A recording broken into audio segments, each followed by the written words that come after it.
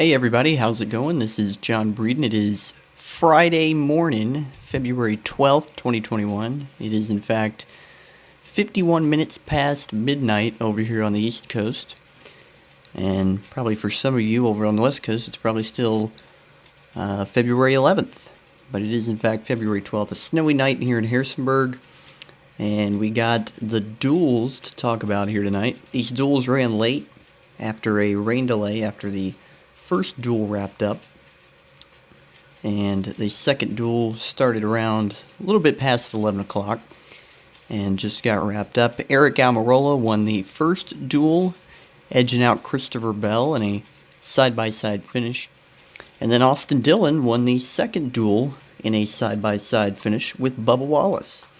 So we'll talk about that. I'm also going to give my thoughts on the upcoming Dale Earnhardt documentary, the E60 that's going to be coming out on ESPN on Sunday. So we got that to talk about. A fun night of racing, two good races, and especially the second one. The second one really picked up, had a couple of crashes in there. Looks like some guys are going to be going to backup cars for the Daytona 500. So we'll talk about that as well. So I thought the races were good, like I mentioned. And it looks like we're in for exciting Daytona 500. I mean, the way these guys were able to get runs on each other in the draft, just the way that, you know, guys like Bubba Wallace or Kyle Busch would lose the draft, but then immediately salvage their way back through the pack and get back to the front. So it's going to be very interesting. I mean, you know, some packages you have and, you know, you get out of the pack and, you know, eventually you can work your way back, but it takes a while. And for these guys, granted, you know, they're only racing with half the field, but they were able to figure out a way back to the front pretty quickly. So it'll be interesting to see what happens on Sunday. And I am going to do another video tomorrow morning, kind of breaking down the starting lineup for the 500. I'm just too much to talk about already tonight, and it's already almost 1 o'clock here, so just going to get right to it here. The first duel, the big story of this duel was Alex Bowman. Alex Bowman, of course, won the pole, the Daytona 500 pole in single car qualifying yesterday, Wednesday night, and he had some engine issues. He didn't blow an engine, but it looked like he was having something going wrong with the engine. He said he felt like it was going to blow up, and they just wanted to make sure that they didn't blow up on the racetrack and completely waste the engine. So they had the hood up for a couple of laps, and he eventually got back out. He started reporting of a vibration, but no engine blow up happened, luckily for him. So we'll see if he's able to salvage that engine. My guess is he's probably going to go to a backup engine, make an engine change. Just my guess. I don't know if you really want to run the risk of putting that car out there if you think you have something wrong with the engine, but I guess we'll see what happens. And so the other big story really of this race was Eric Almirola. I mean, Almirola pretty much dominated, led 52 of 60 laps. The opening laps were pretty exciting. We saw some good 2 and 3 wide racing, and Daniel Suarez took the lead for a moment, and then Christopher Bell took the lead for a few laps, 3 to be exact. But then Eric Almirola got in control and pretty much didn't look back. We saw some single file racing for most of the way. It was some good double file 3 wide action for, like I said, the first 10 or 15 laps. Then they got single file, and no cautions in this race. The last lap saw Eric Almirola out front leading, and Joey Logano was running second. He got a big run down the back straightaway going into turn 3 on the last lap. Got to Almirola's inside. Looked like he had him cleared. Looked like he was going to go by him and win. But then Almirola, as they went into turn 4, got right down on Logano's right rear corner panel, did a nice side draft, and pretty much almost cleared Logano. It looked like they made contact for a second, but Eric Almirola was able to able to get back by, and Christopher Bell, who was pushing Almirola, actually went to the outside as they came to the line and made it into kind of a photo finish. It wasn't all that close. It was clear Almirola had won when the checkered flag flew, but they were side by side. And so Eric Almirola won. Christopher Bell finished second. Ryan Newman was third. Joey Logano was fourth. Ryan Preece fifth. And then we had Ty Dillon, who was sixth. We'll talk about him here in a second. Kyle Larson was seventh. Daniel Suarez eighth. Michael McDowell ninth. Jimmy McMurray 10th. And the rest of the finishing order is, of course, up on NASCAR.com. So Ty Dillon was trying to get a spot in the Daytona 500 and failed by one spot over Ryan Preece. Ryan Preece had already locked himself in qualifying, but he was the highest go or go homer. At least that's what they used to call him. I don't know if they're still calling him that or not, but he was the highest go or go homer. And Austin Cindric, who also needed to race their way in, got in by qualifying time. He was the second fastest of these go-or-go homers. So Ryan Preece and Austin Cindric locked themselves in, and Ty Dillon and Timmy Hill are out. They will not run in the Daytona 500.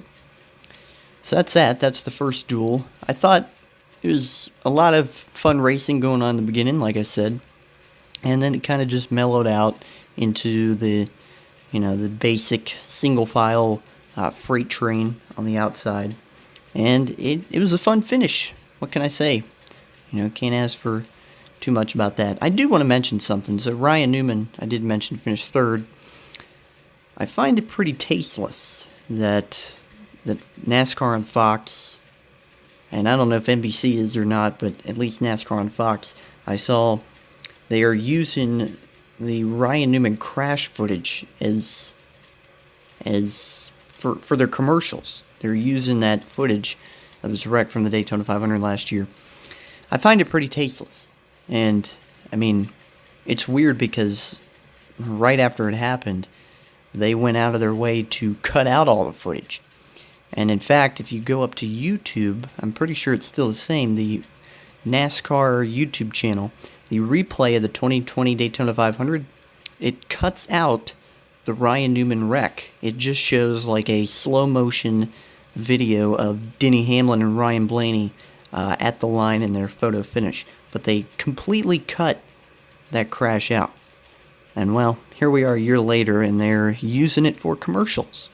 So, I don't know what's up there, but can we stop using this footage for commercials? It's just, to me, it's just not right. I know Ryan Newman ended up being okay, but at the same time, he almost died. And you're using that footage for commercials. So, anyway, that's all I'll say about that. Overall, it was a decent duel. Wasn't as good as the second one, but I enjoyed the race.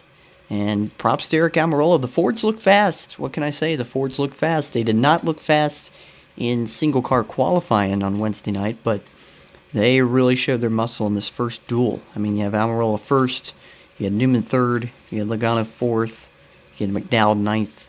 So, Fords showed their muscle in this first duel. So the second duel took place after the rain delay. By the way, I actually missed where the jet dryer slid down the track in turn 4. So in case you didn't miss it, and I mean it is all over social media, but there was a jet dryer out there between turns 3 and 4, and he kind of just slid off the racetrack almost. Just basically slid down the bank and yeah. I just wonder where Montoya is. But anyway. Alright, so the second duel, and I gotta find here who actually started up front. Oh, that's right, William Byron. So, the opening laps of this race, again, some good 2 and 3 wide racing. The big story here, the two guys that really dominated this race was William Byron and Austin Dillon. Very nostalgic seeing the 24-3 running first and second for most of the evening. And William Byron was looking strong, and unfortunately for him, he got involved in that late wreck, but we'll talk about that here shortly. Bubba Wallace was being very aggressive throughout the race, which unfortunately for him did not work out in his favor a couple of times. You know, he would try to make a move to go to the lead, and then he would immediately get hung out, or he would, almost wreck. I mean, he was doing everything he could, to get the lead and stay there, but he was just a little too over-aggressive, and sometimes it didn't work for him. But he did end up finishing second in this race. We'll talk about that here later on. So yeah, William Byron was really set the tone in this race. Sorry about that, everybody. I had some audio issues there, but I'm back going. So what I was saying before that happened was William Byron set the tone for this race. He led 34 of 60 laps, and he and Austin Dillon were the class of the field. I mean, granted, they were single file, but they were up front, first and second, and they just held their own. And so there were two big wrecks that happened. One of them involved the 14 of Chase Briscoe. And there was a wreck on the backstretch coming off of turn 2. It involved Kaz Grala, who was trying to race his way into the Daytona 500, Anthony Alfredo, and Garrett Smithley. And so Garrett Smithley was also racing for a spot. So it looked bleak here for Grala's chances to make it, but that would soon change here later on. So another wreck happened with about less than 10 laps to go. So going down the front stretch, Brad Keselowski is on the outside. He's on the inside. My apologies. Noah Gragson was on the outside, and Brad Keselowski was on the inside. And Garrett Smithley got right up behind Noah Gragson, and he looked right in the middle, tried to go 3 wide, and at the same time he came together with Brad Keselowski. Brad didn't go head on to the wall, but he got turned, collected Noah Gragson and a couple of other cars. William Byron had gotten shuffled out at this point, and he was also collected. William Byron, the outside pole sitter, had significant damage, and others collected. Ross Chastain was involved, and yeah, pretty looked like to me that it was Smithley's fault. And I mean, you can argue that they kind of just came together at the same time, but it was a pretty aggressive move. I mean, what can you say? I mean, he is going for a spot in the Daytona 500, but unfortunately for him, he screwed up. What can you do? And so it looks like Brad Keselowski, he had pretty significant damage as well. Looks like he's going to be going to a backup car, and Ross Chastain for sure is going to a backup car. And Noah Gragson, who also had to race his way in, will not compete in this Sunday's Daytona 500, unfortunately for him. So, sucks, but what can you do? So, yeah, William Byron had actually gotten back there because late in the going there, the Toyotas started to come on. Included Bubba Wallace and Kyle Busch and Martin Truex Jr., and Truex got to the lead at one point, and then Harvick got to the lead, and then Truex got it back with help from Bubba Wallace. And so that at that point, William Byron got shuffled out, and he got caught up in that wreck, which happened somewhere towards the back of the pack. So there you go. Sucks for Byron, because I mean, like I said, he was looking very strong there. So we then had a restart with 2 laps to go. It was overtime, and it was Martin Truex Jr. and Bubba Wallace on the front row, and Truex got down in front of Bubba. The Toyotas pushed away. It was Truex, Bubba, and Kyle Busch, and they took the white flag, and there was a run from Austin Dillon and Kevin Harvick on the outside, as they worked off turn 2 on the backstretch, and they got alongside Truex. And Truex kind of tried to go up to block, got put in the middle. Bubba and Kyle went to the inside. Bubba took the lead and had the momentum. Between 3 and 4, though, he lost contact with Kyle. And then Austin Dillon got one more run with help from Kevin Harvick. They came off turn 4. Bubba tried to block, and then Dillon dropped down to the inside. He had clearly had way more momentum, and they actually made contact coming to the line. And looked like they just kind of tire rubbed a bit, so it looks like there wasn't any damage. But Austin Dillon won. Another fun finish. What can I say? Two really great finishes. And, man, Bubba, you got to give it to him. He was very aggressive in that second duel, but he was very disappointed in his post-race interview, just saying, made too many mistakes. And he did make quite a few mistakes in that race, but, there at the end, he was up front to win, so what more can you ask for? But yeah, I thought it was a lot of good racing, and there'll be more to come, I believe, for the Daytona 500. I think the 500 is going to be awesome. Like I mentioned, this aero package, it allows you to get big runs, and, if you get out of the pack, you're not out of it just yet. And so it'll be an interesting race. Come Sunday, I'll be doing another video tomorrow to preview it. So those are the duels. A lot of fun racing tonight. The only other thing I want to talk about is this Dale Earnhardt documentary. So, in case you don't know, there is a Dale Earnhardt documentary coming out on ESPN this Sunday. It is the 20-year anniversary since Dale Earnhardt was killed in the 2001 Daytona 500. And basically, they're going to talk about, as I have it here on MSN.com, ESPN will air an E60 documentary looking back at Earnhardt and how his death led to massive changes in stock car racing, which is proven to make the sport much, much safer.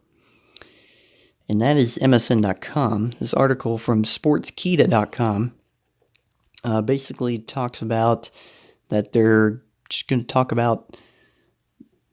to remember him. They're going to remember the legacy of Dale Earnhardt.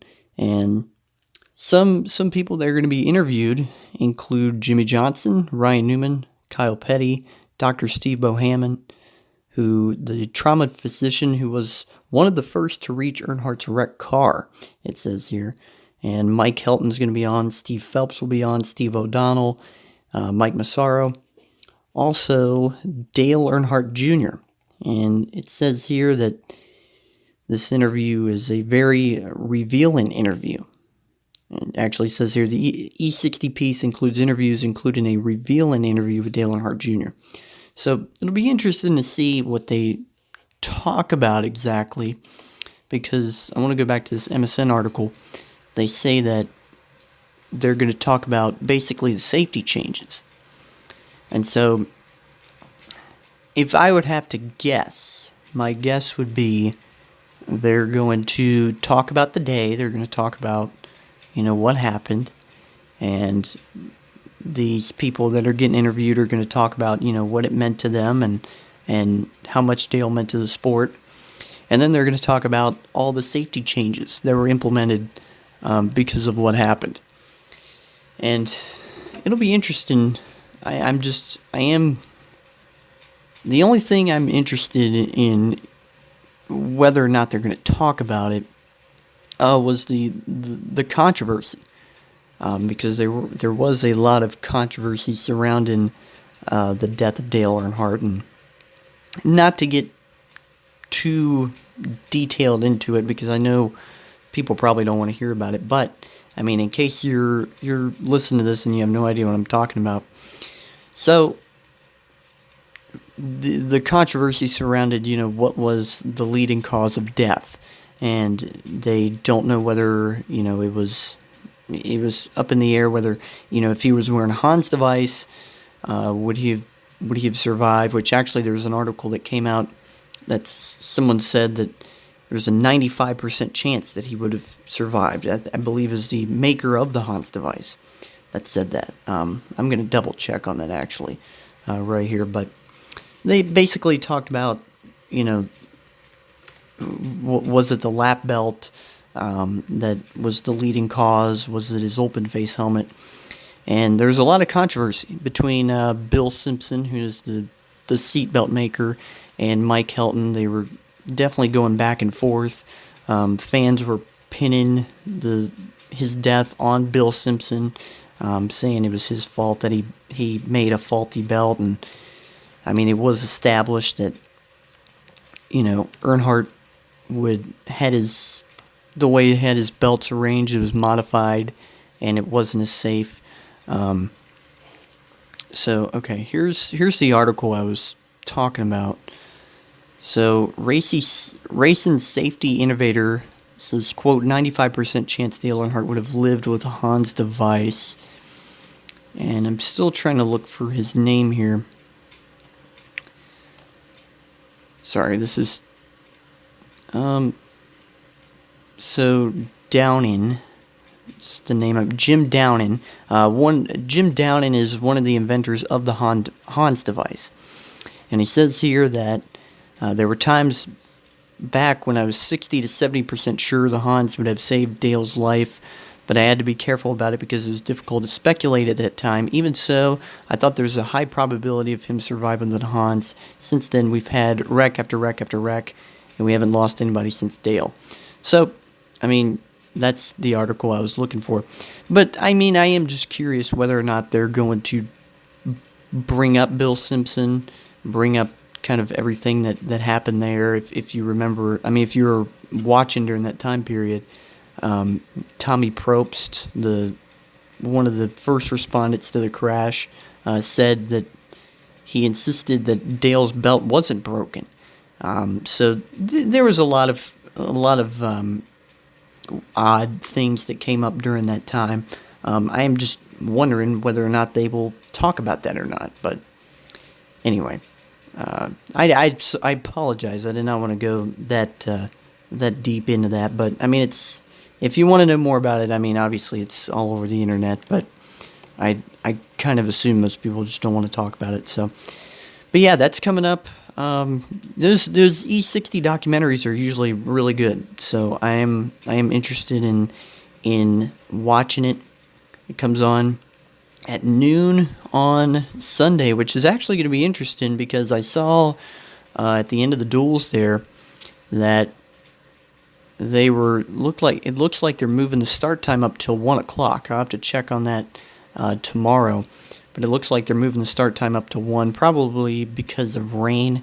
But I will double check on that. But so I wonder now if they're going to push the start time of that documentary back, because if that's the case, they're going to be going head to head with the pre-race show, which I don't think is what they want. So I guess we'll see. I'll get an update on that tomorrow. But I'm exhausted. It is past 1 o'clock here on the East Coast, and I will be back with a video tomorrow previewing the Daytona 500, as well as the Trucks and Xfinity race for this weekend.